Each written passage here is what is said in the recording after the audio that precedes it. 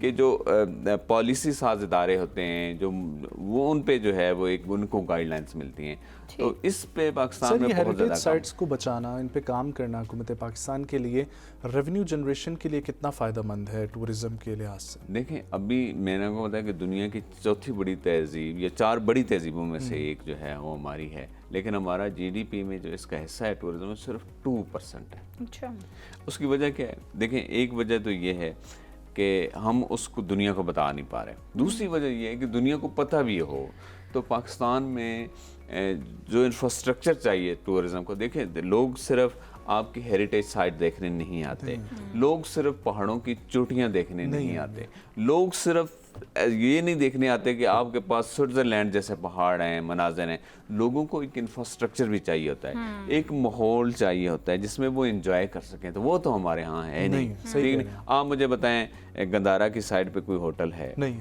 ٹھیک ہے، نہیں آپ مجھے بتائیں موہنجو دڑا کی سائڈ پہ کوئی ہوٹل ہے؟ ٹھیک ہے، نہیں کوئی اچھی ٹرانسپورٹ موجود ہے، وہاں روڈز کی کیا حالت ہے؟ تخت بھائی دیکھیں ورلڈ ہیریٹیج سائٹ ہے، لیکن ادھر بدھسٹ خانقاہ۔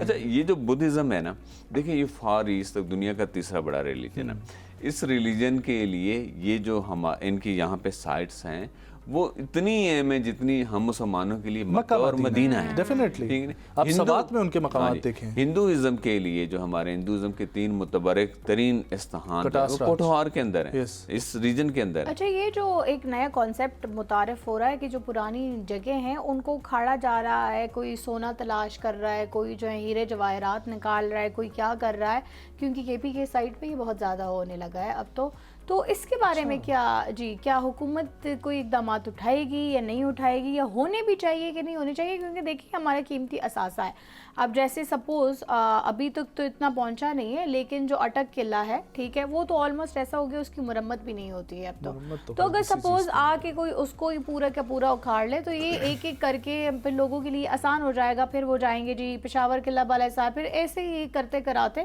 سو ڈونٹ یو تھنک کہ ہماری حکومت کو ایسا کچھ کرنا چاہیے ان کی حفاظت کے لیے؟ دیکھیں المیہ تو یہ ہے کہ جو حفاظت پہ معمور ادارے ہیں وہ اس میں سے پورا حصہ وصول کر رہے ہیں اس غیر قانونی کام کا، اور یہ غیر قانونی کام اس سطح پہ ہے کہ آپ حیران ہو جائیں گے۔ ابھی ریسنٹلی امریکہ نے پاکستان کو بدھا کے 30 مجسمے واپس کیے ہیں جو ان کے جو کسٹمز حکام ہیں وہ انہوں نے وہاں پہ پکڑے تھے پچھلے 25-30 سالوں کے اندر۔ میں یہ سمجھتا ہوں کہ یہ تو صرف جو ہے نا ایک چھوٹا سا آٹے میں نمک کے برابر، یہ اتنے وسیع پیمانے پہ کھدائیاں ہو رہی ہیں، منظم نیٹ ورک ہے۔ میں آپ اس نیٹ ورک کا اندازہ اس سے کر سکتے ہیں کہ میں ایسے گوداموں کو جانتا ہوں ٹھیک ہے جو ایکڑوں پہ پھیلے ہوئے ہیں، جہاں پہ جا کے آپ ان نوادرات کی خرید و فروخت کر سکتے ہیں اسی ملک کے اندر۔ تو کیا حکام کو نہیں پتا، لوگوں کو نہیں پتا کہ یہ کیسے ہو رہا ہے، کیسے باہر جا رہا ہے؟ اچھا میں نے تو یہ بھی سنا ہے بہت سارے انٹرنیشنل اس میں جو ہیں فورنرز لوگ بھی آ کے وہ کھدائی اور یہ سب کچھ کر رہے ہیں، so definitely we are all well aware of that کہ مطلب بغیر پتے ہوئے تو معلومات ہوئے تو پاکستان میں پتہ بھی نہیں ہل سکتا۔ بالکل، اور اس میں المیہ یہ ہے کہ ہمارے بڑے بڑے لوگ شامل ہیں۔ ٹھیک ہے، اچھا خیر سجاد صاحب یہ تو واقعہ میں بہت جو ہے وہ ایسی بات ہے المیہ ہے، اس کے اوپر جتنی بات کی جائے وہ کم ہے، لیکن let's talk about Rawal Pindi. آپ کی بہت جو ہے وہ ایک ریسرچ راول راج کتاب جب شائع ہوئی اور اب اس کا والیوم 2 آپ لکھ رہے ہیں، ذرا راول پنڈی کی تاریخ کے حوالے سے ہمارے ناظرین کو بھی تھوڑا سا آگاہ کیجیے گا۔ اور یہ بھی مجھے بتائیے گا جس کے بارے میں ہمیشہ سے مجھے اشتیاق تھا جاننے کا، راول پنڈی کے لوگ راجے جو ہیں وہ ہمیشہ کہلاتے ہیں اور ہر کوئی آلموسٹ راجہ ہوتا ہے، so what is the back ground story behind that? دیکھیں ایک تو یہ ہے کہ راول پنڈی جو ہے میں نے پہلے بھی کہا کہ پتھر کا جو پہلا دور ہے اس کے شواہد وادی سماں کے کنارے پہ ملے، اور وادی سماں جی ٹی روڈ جہاں پہ اب ہائی کورٹ ہے وہاں پہ کبھی غاریں تھیں، اور یہ غاریں 1985 تک موجود رہیں، وہ اتنی بڑی تھیں کہ ان میں 30 چارپائیاں ڈالی جا سکتی تھیں۔ وہاں پہ ان کو فرینچ نے 1910 سے 15 کے درمیان جو ہے وہ ان کو بتایا کہ یہاں پہ جو ہے وہ انسان رہا۔ دریائے سواں میں جو پتھر کے اوزار ملے انہی غاروں کے نیچے جب کھدائیاں کی گئیں، تو یہ ایک بہت ہی ایک سمجھیں کہ ایک لینڈ مارک جو ہے وہ ڈسکوری تھی.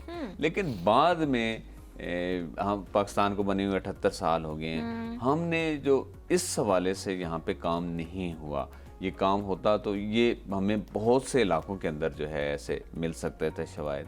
ہمارے ہاں جو ہے وہ ریسرچ نہیں ہو رہی اس معاملے میں بالخصوص, اور انٹرنیشنل جو ہے وہ ریسرچر آتے نہیں ہیں جہاں حالات جس قسم کے ہیں. اب یہ ہے کہ پنڈی کی جو تاریخ ہے, معلوم تاریخ ہے, وہ تو ظاہر ہے کہ راجہ رسالو یہاں پہ ایک حکمران گزرے ہیں, پہلی صدی میں گزرے ہیں. ان کا پایہ تخت کھیڑی مورت تھا جو اسلام آباد کا نیا ایئرپورٹ ممتاز سٹی جہاں پہ آپ کا ہے, یہ بالکل اس کے بیک سائڈ پہ ہے, اس کا پایہ تخت تھا پہلی صدی میں. اور پھر اس کے بعد جو ہے وہ ایک یہ نام جو ہے وہ ایک ہندو راجہ ہے بھاپا راول, جیسلمیر کا ہے, راجستھان کا ہے, اس کے نام سے راول ہوا. پھر پنڈی کا اگر ہم یہ کہیں تو پنڈی جو ہے وہ بنیادی طور پہ ہندوازم میں یہ لکشمی ماتا سے جو ہے وہ منسوب ہے کہ جہاں پہ لکشمی ماتا کی راکھ جو ہے بطور تبرک دفن کی گئی تھی, تو اس کو سنسکرت میں جو ہے وہ پنڈی کہا جاتا ہے جہاں پہ جو ہے وہ ہو. تو یہ تو اس کا کیا کانسیپٹ, اس کو راول کے ساتھ کیوں جوڑا گیا؟ تو پنڈی تھا پہلے, تو بھاپا راول نے یہاں پہ ایک فوجی چوکی قائم کی جہاں پہ آج GHQ ہے, کیونکہ یہ جو جی ٹی روڈ ہے, یہ جی ٹی روڈ عموماً یہ تصور کیا جاتا ہے کہ یہ شیر شاہ سوری نے بنایا تھا. ہاں, لیکن یہ اولڈ روٹ تھا, آلریڈی ایگزسٹ کرتا تھا. اولڈ روٹ ہے, یہ کیراوان روٹس ہیں, اور یہ 2700 سال سے موجود ہے. اور اس کا پرانا نام ہے سنسکرت میں اتر پاتھا. اتر کہتے ہیں شمال کو, پاتھا پات سے, رستہ سے. یہ جو جی ٹی روڈ جی جی, تو اس روڈ پہ جب اس نے وہ ایک فوجی چوکی بنائی راول نے, بھاپا راول, تو راول اور یہ پنڈی, تو راول پنڈی ہو گیا. کیا بات. تو یہ پھر انگریزوں نے پھر آ کے 1849 میں ہندوستان کی سب سے بڑی چھاونی بنائی, اینگلو افغان وارز لڑی, پھر 150 سال کی تاریخ. بہرحال سجاد صاحب, آپ نے اچھا ویسے لاسٹ میں پوچھنا چاہتی ہوں, KPK کی ہسٹری کے ایکسپلور کرنے کی کوئی وہ آپ کو ہوئی ہے؟ دیکھیں KPK کی جو تاریخ ہے وہاں پہ آپ کو پتہ بہت زیادہ اسٹوپے موجود ہیں. سوات کو دیکھ لیں, خیبر ایجنسی کو دیکھ لیں, تو یہ بدھزم سے, چونکہ یہ وہ سلک روٹ پہ ہے, KPK ہے, سلک روٹ اس میں سے گزرتا ہے, جی ٹی روڈ اس میں سے گزرتا ہے, بامیان تک جاتا ہے. تو یہ بدھزم سے جو ہے نا, اب دیکھیں کہ بدھزم جو ہے وہ بدھا جو ہے وہ اس کا جو دور ہے, پھر اشوک کی یہاں پہ جب حکومت رہی, یہ افغانستان بھی اس میں شامل تھا. افغانستان تو خیر مغلوں کے دور میں بھی ان کا 19واں صوبہ تھا. تو یہ جو بدھزم کی ہسٹری ہے نا, بدھسٹ کی, تو یہ وہ جو ہے وہ KPK. سجاد صاحب, یہ ایسا موضوع ہے نا کہ اس کے اوپر تو پروگرام ایک پورا بننا چاہیے کہ آپ ہر ایپیسوڈ میں ڈیفرنٹ ٹاپکس کو ڈسکس کریں. لیکن جو مقصد آج کا ہمارا ہے وہ آپ کا اور ہمارا یہی ہے کہ ہم یہ آگاہی پھیلائیں کہ قومی ورثے کی حفاظت کرنا کتنا زیادہ ضروری ہے, ثقافتی ورثے کی, اور اس کے لیے ہم سب کو یہی ہم لوگ اپنے تحت جو ہے وہ آواز بلند کر سکتے ہیں. اور جہاں پر بھی بیٹھیں, جس بھی ڈسکشن میں, وہاں پر بات کیا کریں, کیونکہ ڈیفینیٹلی آپ وہ شخصیت ہیں, ہم لوگ وہ لوگ ہیں جو ڈفرینٹ سٹیک ہولڈرز کے ساتھ بیٹھتے ہیں, تو ایٹ لیسٹ وہاں پر یہ بات ہونی چاہیے قومی ورثے کی حفاظت ہو. بہت شکریہ آپ کا پروگرام میں جڑنے کے لیے, اور بہت اچھا لگا آپ سے گفتگو کر کے. خواتین و حضرات, آج کے پروگرام سے ہمیں دیجیے اجازت, انشاءاللہ آپ لوگوں سے ملاقات ہوگی کل. اپنا بہت سارا خیال رکھیں, خدا ہمیں اجازت دیجیے, اللہ نے کے بعد.